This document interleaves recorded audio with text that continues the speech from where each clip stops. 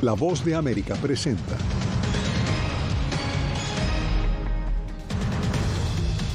Israel expande su contraofensiva a lo largo de la Franja de Gaza. La ONU alerta que más del 80% de la población ha sido desplazada.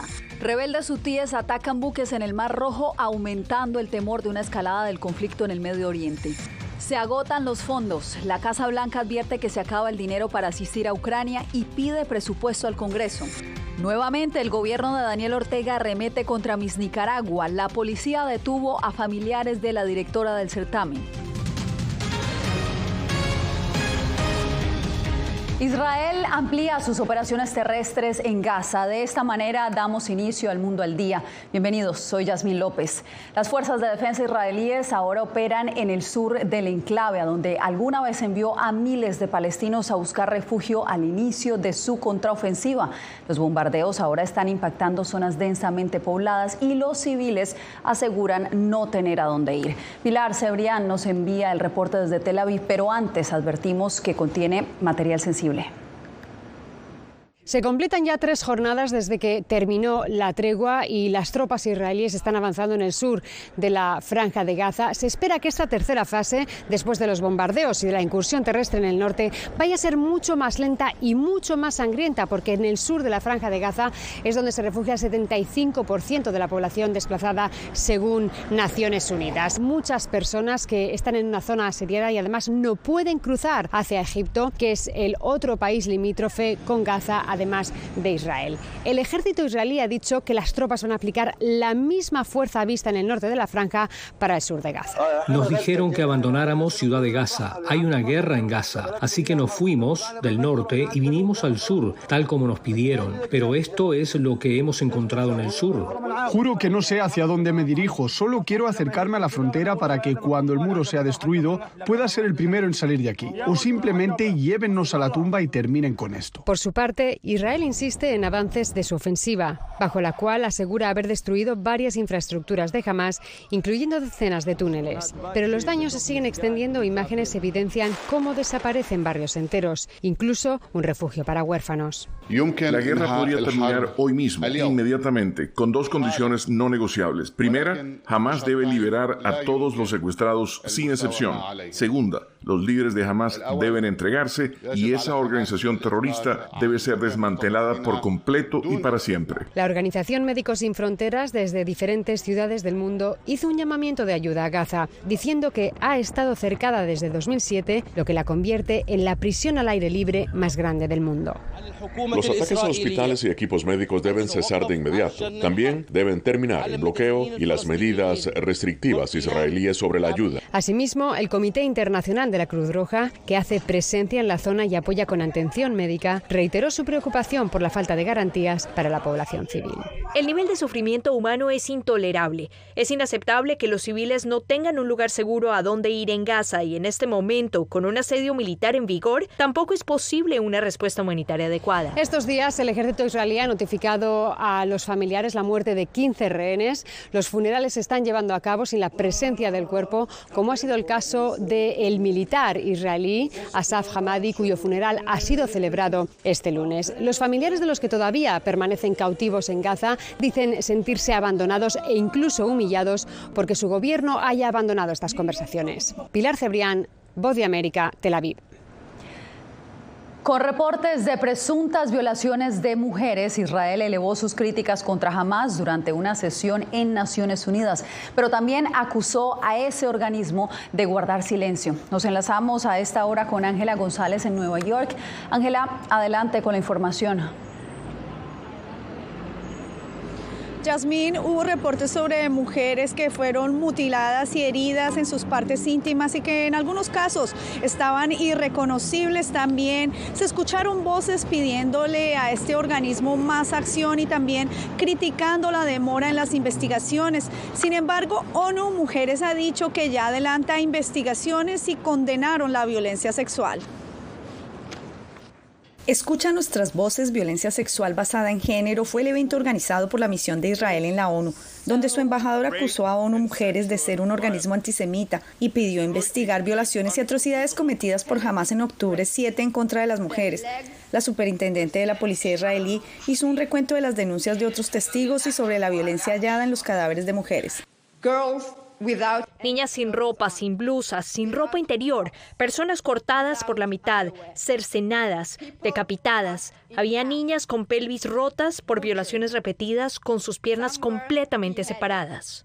En su conferencia de prensa, el vocero del secretario general dijo que respalda la labor de la directora de la ONU Mujeres, quien en un comunicado dijo que han pedido que se investiguen todos los casos de violencia sexual que empezaron muy poco después de los ataques.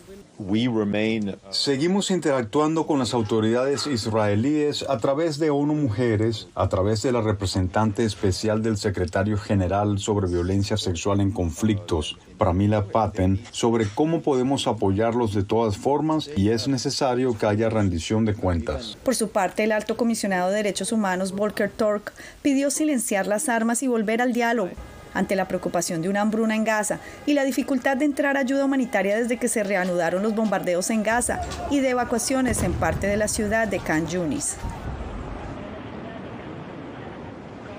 Entre tanto, el fiscal de la Corte Penal Internacional dijo que los ataques de Hamas a civiles israelíes constituyen uno de los crímenes más graves internacionales y también hizo un llamado a la liberación inmediata e incondicional de los rehenes. Yasmín. Ángela, esas son graves denuncias, gracias por el reporte, pero también el temor de una expansión del conflicto en Gaza a otras regiones aumenta después de que rebeldes hutíes lanzaron misiles contra barcos en el Mar Rojo. Celia Mendoza nos acompaña en directo desde el Departamento de Estado. Celia, explícanos qué fue lo que sucedió, pero también qué implicaciones tiene este ataque.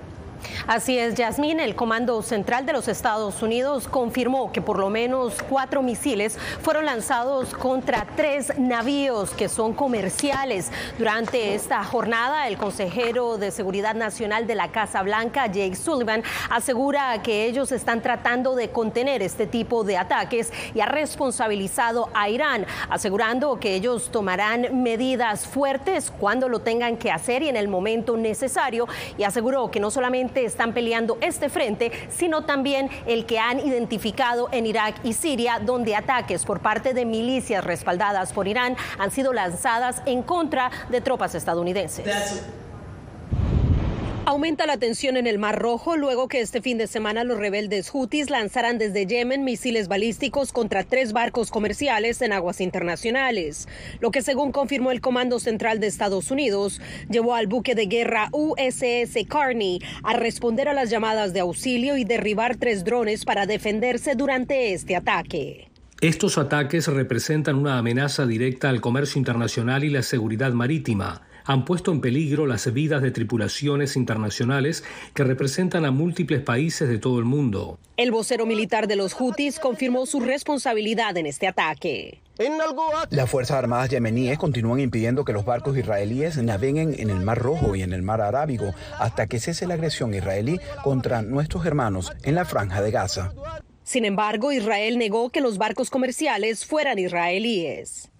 Lanzaron misiles contra 2 barcos comerciales que no tienen relación con Israel. Repito, no tienen ninguna conexión con Israel. Uno de ellos sufrió daños muy graves y podría estar en peligro de hundirse. El otro sufrió daños leves. El Comando Central de Estados Unidos, en un comunicado, aseguró que por lo menos 14 países han sido afectados por este ataque y agregó: tenemos todas las razones para creer que estos ataques, si bien fueron lanzados por los hutíes en Yemen, son totalmente respaldados por Irán. Estados Unidos considerará todas las respuestas apropiadas en plena coordinación con sus aliados y socios internacionales. Mientras tanto, Sullivan agregó durante esta jornada que estas acciones son extremadamente alarmantes y que seguirán monitoreando la situación. Celia, y del Medio Oriente pasamos al conflicto en Europa del Este, porque la Casa Blanca advirtió este lunes al Congreso que se agotan los fondos para continuar el apoyo a Ucrania contra la invasión rusa. Jorge Agobián, ¿qué es lo último? Yasmín, según la Casa Blanca, se quedarán sin dinero antes del fin de este año si no actúa el Congreso. Eso para continuar enviando la multimillonaria suma de dinero en equipamiento militar a Ucrania, algo que si no ocurre, según el gobierno del presidente Joe Biden, debilitaría a su aliado Ucrania en el campo de batalla. Al enviar esta misiva, pues desde aquí, desde la Casa Blanca, fue remarcado y pidieron apoyo bipartidista. Esto dijo el consejero de Seguridad Nacional del presidente Joe Biden, Jake Sullivan.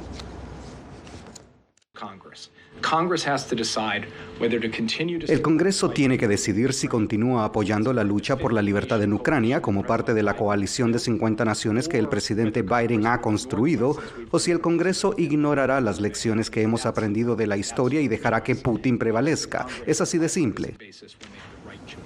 Hasta la fecha, Washington ha otorgado unos 111.000 millones de dólares en ayuda humanitaria y militar a Ucrania, pero la administración del gobierno demócrata está pidiendo fondos adicionales, sobre todo porque se acaban los que fueron entregados en el pasado. En el Congreso hay escepticismo, sobre todo entre líderes de la oposición al presidente Joe Biden, los republicanos, que si bien están con dudas sobre el otorgamiento de ayuda ilimitada a Ucrania, pues también consideran como una opción otorgarla solo si hay un cambio drástico en la política migratoria del presidente Joe Biden, sobre todo en la frontera entre Estados Unidos y México. Era Jorge Agobián informando desde la Casa Blanca. Jorge, te agradezco.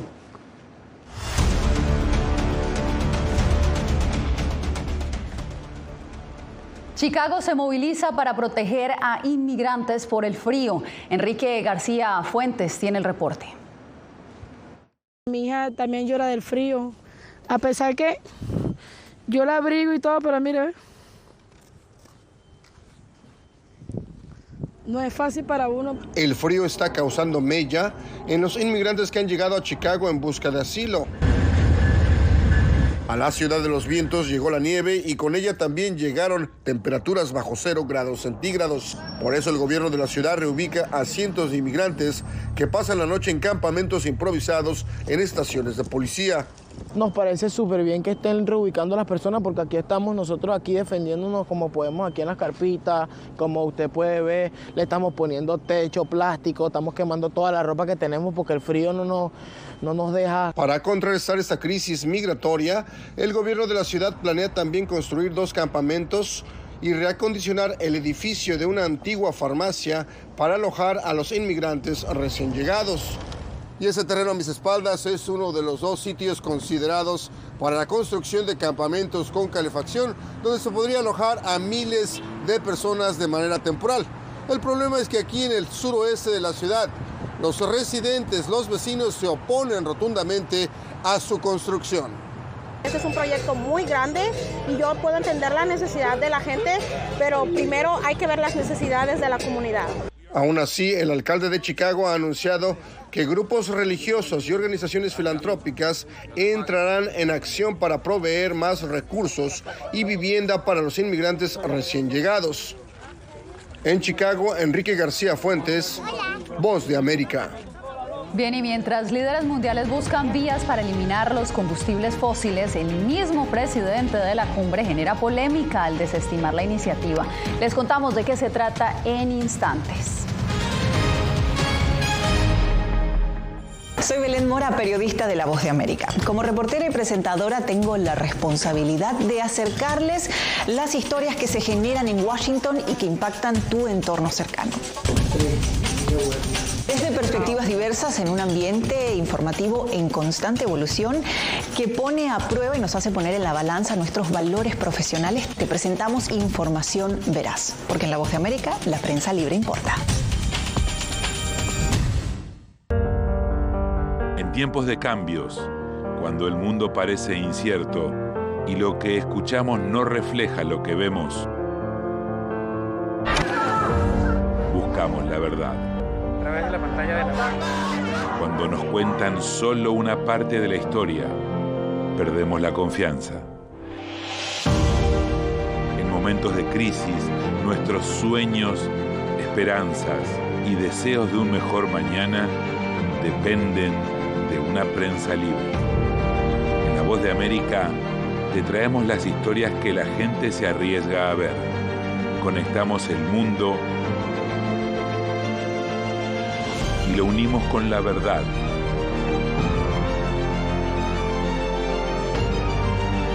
En La Voz de América te presentamos el panorama completo.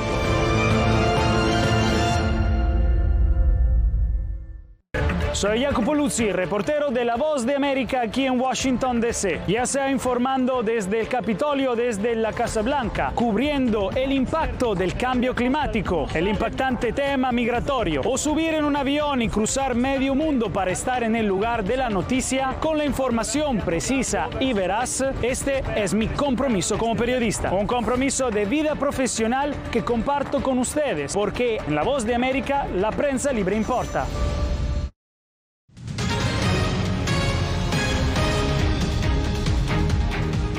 La cumbre anual sobre el cambio climático COP28 continúa en los Emiratos Árabes Unidos, pero comentarios de su presidente generaron críticas. Jacopo Luzzi nos cuenta de qué se trata. Tensiones emergieron en medio de la COP28, la cumbre anual sobre el cambio climático de la ONU, organizada este año en Dubái. Esto debido a que el sultán Ahmed Al-Jaber, ejecutivo petrolero y presidente de la COP28, emitió comentarios controversiales antes de la cumbre sobre la reducción de hidrocarburos para evitar que las temperaturas globales aumenten de 1,5 grados Celsius. No existe ninguna ciencia o ningún escenario que diga que la eliminación progresiva de los combustibles fósiles es lo que va a alcanzar los 1,5 Celsius. Este escepticismo sobre cómo detener el aumento de las temperaturas globales generó dudas sobre el compromiso real de los Emiratos Árabes para abordar la crisis climática. John Kerry, el enviado para el cambio climático de Estados Unidos, descartó la opinión de Al-Jaber por estar desactualizada.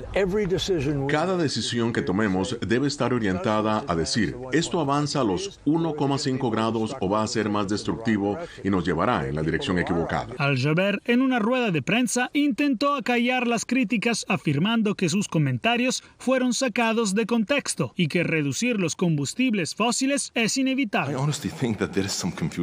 Entre los varios compromisos ya anunciados en la COP28, 50 gigantes petroleros como ExxonMobil dijeron que limitarán sus emisiones de metano. El problema: ninguna de las empresas tiene la intención de recortar la producción de petróleo y gas, y los recortes planificados serán en su mayoría voluntarios. Jacopo Luzzi, Voz de América. Conspiración contra el Estado. Ese es el cargo que enfrenta ahora la directora de la organización Miss Nicaragua tras la victoria de Chainis Palacios en Miss Universo. Donaldo Hernández nos trae los pormenores. La Policía Nacional acusó a la directora de la organización Miss Nicaragua, Karen Celeberti, de utilizar el certamen de belleza para conspirar contra el gobierno del presidente Daniel Ortega. Además de Celeberti, su esposo y su hijo también fueron acusados del mismo delito. Los señores Karen Celeberti, Martín Argüello Leiva y Bernardo Martín Argüello Celeberti permanecieron en comunicación con exponentes de la traición a la patria, disponiéndose a utilizar sus franquicias, plataformas y espacios supuestamente dedicados a promover inocentes concursos de belleza en una conspiración. La familia de la directora de Miss Nicaragua enfrenta los cargos penales de conspiración, propagación de noticias falsas, traición a la patria y lavado de dinero. Sin embargo, organismos de derechos humanos señalan que se trata de una persecución política del gobierno. El caso de Karen Celeberti y su familia se constituye como un ejemplo de esta persecución contra personas nicaragüenses. Y es que a Karen Celeberti se le negó el ingreso al país el pasado 23 de noviembre. Y aunque a su esposo e hijo Martín Argüello y Bernardo Argüello se les permitió el ingreso, las autoridades no han informado sobre los acusados. Se maneja que públicamente que ellos ingresaron al país, pero no conocemos sus condiciones. Karen Celeberti se ha destacado por dirigir el certamen de belleza más importante de Nicaragua, el cual hizo posible la coronación de Chainis Palacios como la nueva Miss Universo. Donaldo Hernández, Voz de América. Este lunes compareció en una corte federal de Florida el ex embajador estadounidense Víctor Manuel Rocha, acusado de trabajar para el gobierno de Cuba mientras ejercía labores diplomáticas. La audiencia se celebró luego del arresto del ex embajador en una operación encubierta del FBI.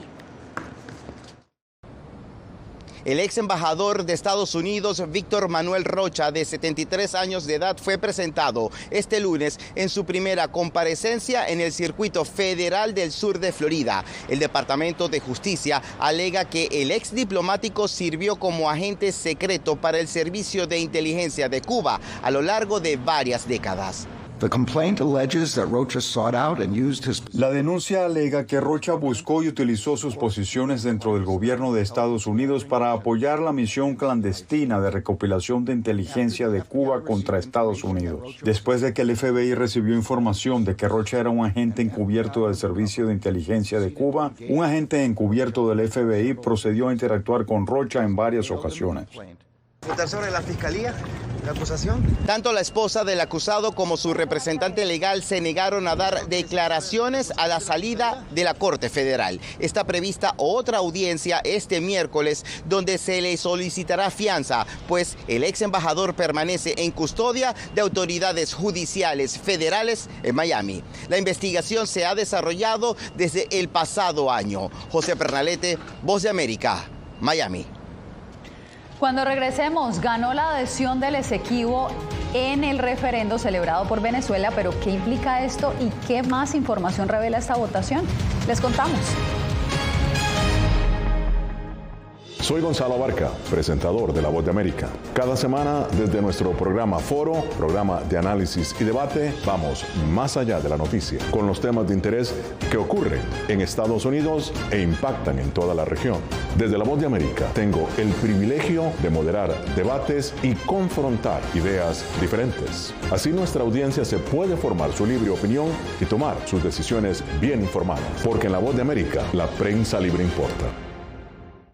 El crimen organizado asesinaba a los chicos y luego cremaba los cuerpos. Periodismo, la prensa libre importa, una coproducción de La Voz de América y Latina. Así que es complicado hablar acá de libertad de expresión. Disponible en vozdeamerica.com. Soy Diva Lizeth Cash, periodista y presentadora de La Voz de América. Ir más allá de la noticia, escuchar las voces de las minorías y de las comunidades más vulnerables para informar sobre sus necesidades y logros es mi pasión. Económicas se ven obligadas. Desde Washington, visibilizar la diversidad étnica de Estados Unidos y de la comunidad hispana es parte de una pasión que compartimos en La Voz de América, donde la prensa libre importa. Que empiecen a callar a periodistas, que empiecen a callar medios. Periodismo, la prensa libre importa. Una producción especial de La Voz de América. Porque al final lo que está en juego no solo medios de comunicación, sino la democracia de un país. Disponible en vozdeamerica.com.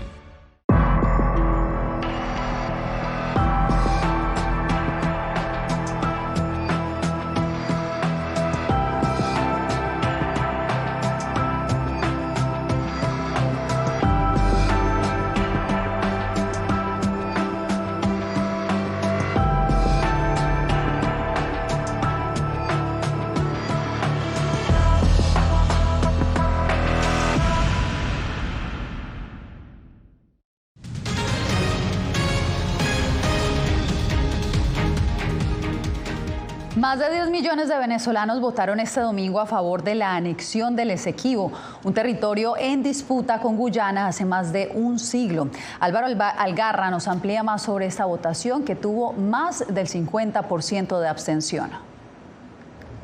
A pesar de que la jornada del referendo sobre el Esequibo se llevó a cabo con centros de votación sin colas visibles de electores, el Consejo Nacional Electoral aseguró que se registró la abrumadora victoria del sí en las 5 preguntas del referendo, incluyendo rechazar la jurisdicción de la Corte Internacional de Justicia en el diferendo. Para una participación de 10.431.907 venezolanos. Tras el proceso, la experta electoral Egle González Lobato aseguró que es un resultado que sorprende, en vista de que había muy poca gente en las calles, pero más allá de eso, el proceso deja una elección clara. Entre las primarias y este proceso consultivo hay un resultado y es la crisis en el sistema de partidos políticos en Venezuela. A juicio del analista político Eloy Torres, no se cumplieron las expectativas que tenía el gobierno, pero lo que importa destacar es que en el país hace falta comprensión y conjunción para enfrentar el tema sobre la reclamación del Esequibo. Más allá de que el gobierno pretenda asumir la titularidad de los que son los defensores auténticos del tema del Esequibo, es un tema nacional, es un tema de todos los venezolanos. Entre tanto, para el abogado constitucionalista Juan Carlos Apitz, los resultados no fortalecen la posición de Venezuela en la Corte Internacional de Justicia. Venezuela tiene que, ahora más que nunca, allanarse a consolidar su posición en la Corte, que se siente debilitada. El registro electoral de Venezuela muestra hoy la existencia de 20.948.155 potenciales votantes, es decir que la abstención en el proceso se ubicó cercana al 50% de participación. Álvaro Algarra, Voz de América, Caracas. Ahora pasamos a El Salvador porque desde este 1 de diciembre Nayib Bukele no ejerce como presidente y lo reemplaza su secretaria privada Claudia Rodríguez de Guevara.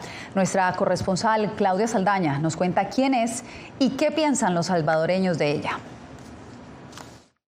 Hasta antes de su nombramiento, la designada presidencial Claudia de Guevara se desempeñó como secretaria privada de la Presidencia de la República. Fue gerente financiera institucional de la presidencia y secretaria del Consejo de Ministros. Sin embargo, no era muy conocida por los salvadoreños. No había escuchado de ella. Yo no había escuchado de ella antes, pero imagino yo que las decisiones no las toma al azar. La designada ha pertenecido al círculo cercano de Bukele desde que este fue alcalde de los municipios de Nuevo Cuscatlán y San Salvador. También es presidenta de la Junta Directiva de la Dirección Nacional de Obras Municipales. Algunos salvadoreños confían en que es una persona apta para el cargo. Si está ahí la mujer es porque él tiene confianza. Así como confiamos en nuestro presidente, pues también creemos de que esta persona va a hacer una buena labor. Pero no todos están de acuerdo con el nombramiento. Es un mero acto protocolario. Al final, pues quien van a seguir tomando las decisiones es el círculo íntimo del presidente o hasta el mismo presidente. Solo es para mostrarle a la ciudadanía con este acto de que se está cumpliendo la Constitución, que es una reelección válida. Y al parecer, pues lo único que pusieron una especie de senescal para que cuidara el trono en este momento, porque ya no es una silla presidencial. La designada presidencial no ha hecho aparición pública alguna desde su nombramiento. Claudia Saldaña, Voz de América, El Salvador. Hacemos una breve pausa y volvemos en instantes con más.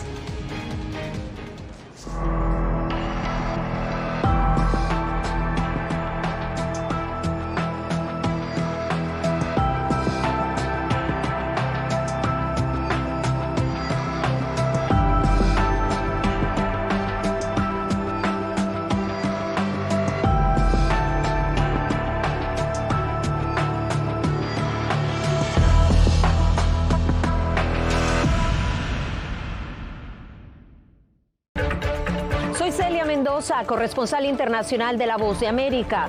Desde que me uní a este equipo de profesionales hace más de una década, he tenido la oportunidad de descubrir un mundo de noticias que comparto con ustedes. La Voz de América habló con el director. Porque siempre estoy en el lugar de los hechos, entregando información veraz, clara y precisa, manteniendo nuestro compromiso periodístico, porque en La Voz de América, la prensa libre importa.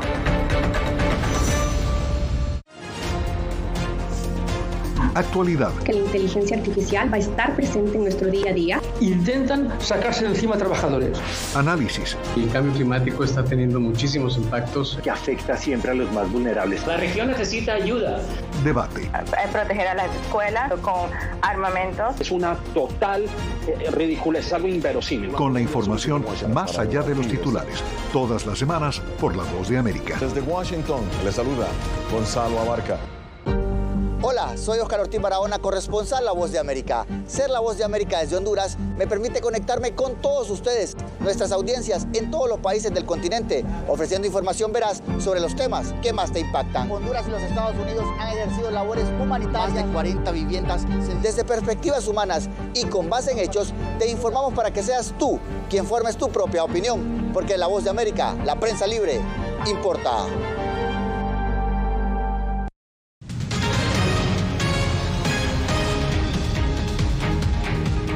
Regresamos para cerrar con el enorme desfile navideño celebrado en la capital chilena para marcar los 100 años de Disney en ese país.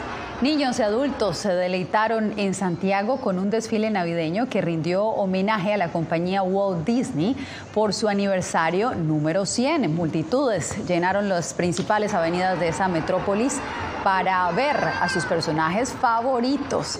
De esta manera nos despedimos por hoy. Les informó Yasmín López.